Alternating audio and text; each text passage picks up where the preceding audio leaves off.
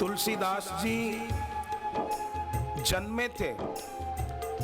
किसी पंडित ने कहा कि ये मूल नक्षत्र में जन्मा है और मूल नक्षत्र के स्वामी राक्षस हैं। ये बच्चा अमंगलकारी है। पिताजी डर गए, तुलसीदास जी को ननिहाल भेज दिया। नाना नानी उनकी परवरिश करने लगे। समय बीता, नाना नानी भी चल बसे। तुलसीदास जी तब 12 साल के हो गए थे। बात फैल गई कि यह मूल नक्षत्र में जन्मा बच्चा है और मूल नक्षत्र के स्वामी राक्षस हैं। यह बच्चा जहां भी जाएगा अमंगल होगा, अपशकुन होगा। तुलसीदास जी को कोई खाना नहीं देता था। मारे भूख के वो इधर उधर घूमते थे। लोगों ने उनके माता पिता को चिट्ठी लिखी। मां चाहती थी पर बाप बोलता था कि मुझे नहीं चाहिए, जिसको रखना हो रखो इसको। अब कौन तुलसीदास जी को रखे?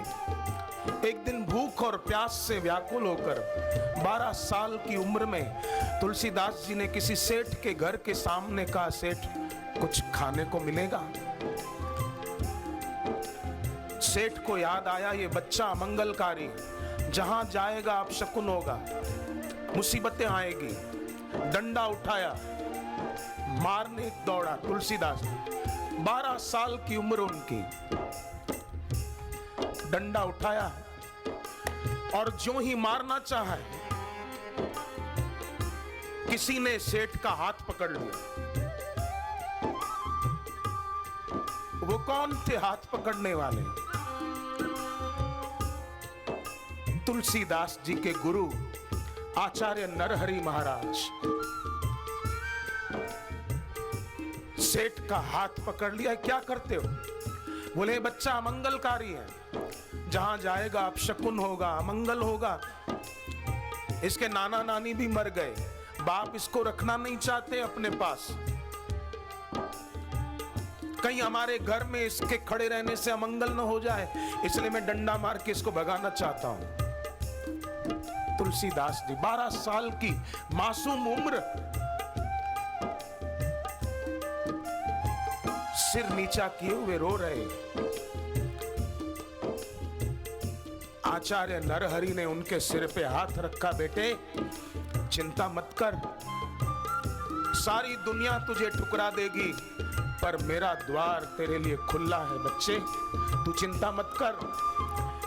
सेठ तुम बोलते हो ना कि ये जहां जाएगा अमंगल होगा, पर आचार्य नरहरि का वचन है ये बच्चा जहां भी जाएगा वहां शुभ होगा, वहां से अमंगल दूर होने लगेगा, अब शकुन शुभ शकुन में बदलने लगेंगे। ये मेरा वचन तुम भी देख लेना, ये नरहरि का वचन है। चल बेटे मेरे साथ, ये लोग क्या जाने।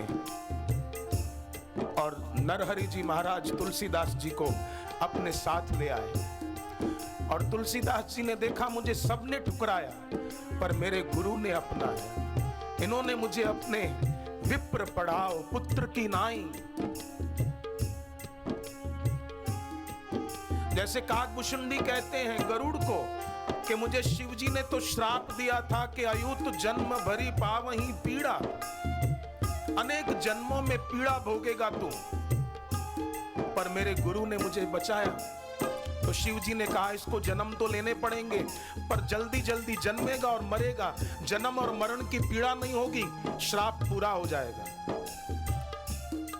तब शिवजी ने कहा मुझे कि अब तुम यहां से चले जाओ बेटे।